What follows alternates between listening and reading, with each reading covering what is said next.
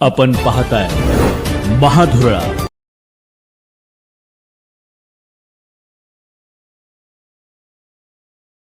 इस मंच से एक बात जरूर कहना चाहती हूं। महिलाओं की असुरक्षा एक मामला है और महिला अस्मिता दूसरा मामला है। इसी कोल्हापुर में बीजेपी के धनंजय महादीक ने जो मंच से कहा और जो शब्दों का उन्होंने प्रयोग किया कि अगर लाडकी बहिना की कुछ लाभार्थी एमवीए की रैली में जाती है तो उनका वीडियो बनाकर मुझे भेजो, मैं उनका इलाज करूंगा।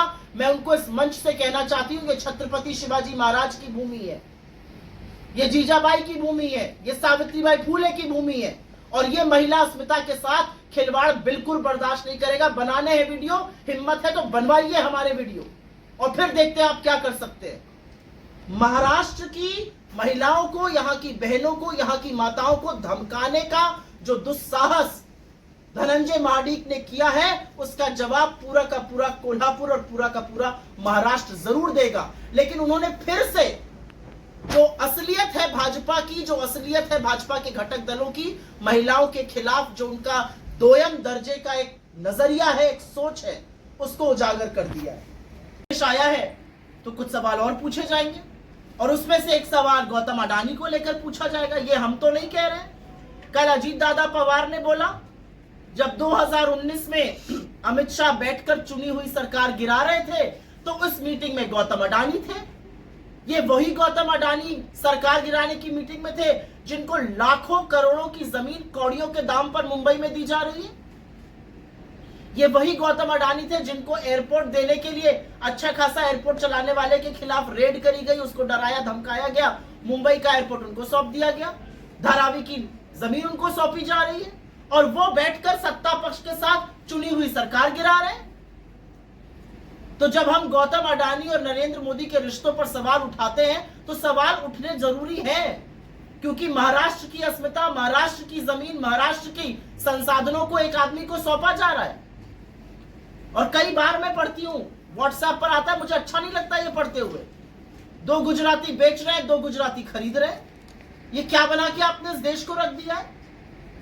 महाराष्ट्र के टिकट, हमें इससे कोई मतलब नहीं है, हमारे टिकट बंटवारा महाराष्ट्र में बैठकर मीटिंग में हुआ। महाराष्ट्र का टिकट शिंदे साहब और अजीत पवार किसको देंगे, इसका फैसला दिल्ली में बैठकर अमित शाह क्यों कर रहे हैं? और फिर जब पता चला कि महाराष्ट्र की जनता इससे चिढ़ गई है, महाराष्ट्र की जनता को पसंद नहीं आया, उनकी अस्मिता के साथ ये खिलवाड़ था, दिल्ली दरबार के सामने महाराष्ट्र आज तक नहीं झुका है, तो अमित शाह की फोटो जो थी वो चुपचाप पोस्टर से हटा दी गई। महाराष्ट्र को इतना नासमझ मत समझिए, महाराष्ट्र सब समझता है। म्युनिसिपल के इलेक्शन हो रहे क्योंकि भाजपा और उनके घटक दल हार जाएंगे। कौन ये सिविक एमिनिटीज का जिम्मेदार है? कौन सड़कों का, कौन कचरे का, कौन जिम्मेदार है कोल्हापुर या अन्य जगहों पर? और इसके बारे में चर्चा क्यों नहीं होती है? ये सवाल अपने आप में बनता है। मैं 1-2 बातें जरूर अपने घटक दलों के बारे में, महाविकास अघाड़ी के बारे में करूंगी, क्योंकि हम क्या लेकर जा रहे हैं इस चुनाव में वो जरूरी है। और हमारा एक खाका है, बीजेपी कितना भी झूठ बोल ले, कर्नाटका और तेलंगाना की सरकारों ने काम करके दिखाया है। हमारा प्रूवन ट्रैक रिकॉर्ड है, हमारे लाभार्थी हैं। और जब हमारी योजनाओं के बारे में भाजपा ने और उनके घटक दलों ने झूठ फैलाया तो हमने अपने दोनों मुख्यमंत्री और कर्नाटक के उप मुख्यमंत्री को मुंबई में लाकर ऐसे ही बिठा दिया और आपके जैसे निर्भीक पत्रकारों ने उनसे सैकड़ों सवाल पूछे और दूध का दूध और पानी का पानी हो गया, उनके झूठ का पर्दाफाश हो गया। कर्नाटका में गृह लक्ष्मी योजना, गृह ज्योति योजना, शक्ति योजना, तेलंगाना में रायतू भरोसा जिससे किसानों का कर्जा माफ हुआ, महालक्ष्मी योजना, हिमाचल में ओपीएस, स्टार्टअप फंड, महिलाओं के खाते में पैसा जाना। हमारा एक ट्रैक रिकॉर्ड है, क्योंकि कांग्रेस वादा करती है और निभाती है, हम जुमले नहीं फेंकते। अस्मिता महाराष्ट्र, छत्रपति शिवाजी महाराज, सावित्रीबाई फूले के महाराष्ट्र, अंबेडकर के महाराष्ट्र के खिलाफ है। हमारा धर्म क्या सिखाता है? वासुदेव कुटुंबकम, हम सबको जोड़ने की बात करते हैं। उन्होंने नफरत का ठेका लिया हुआ है। मेरा नेता कहता है राहुल गांधी, हम मोहब्बत वाले, हम मोहब्बत का ठेका उठा रहे हैं। आप जोड़ के सबको क्यों नहीं चल सकते? बीजेपी को चुनाव आने पे 80-20, शमशान कब्रिस्तान, कपड़ों से पहचानने लगते हैं लोगों को, इस तरह के नारे देने लगते हैं। हिंदू धर्म जोड़ना सिखाता है, हिंदू धर्म शांति सिखाता है। हम एक रहेंगे तो हमें 3,000 रुपए मिलेंगे महीने के। हम एक रहेंगे तो हमारे युवाओं को 4,000 रुपए मिलेंगे मासिक बेरोजगारी भत्ता। हम एक रहेंगे तो हमें 25 लाख की हेल्थ योजना मिलेगी। और ये जो विचार है ना बंटने और कटने का, ये वो लोग बोल रहे हैं जो बांट और काट रहे।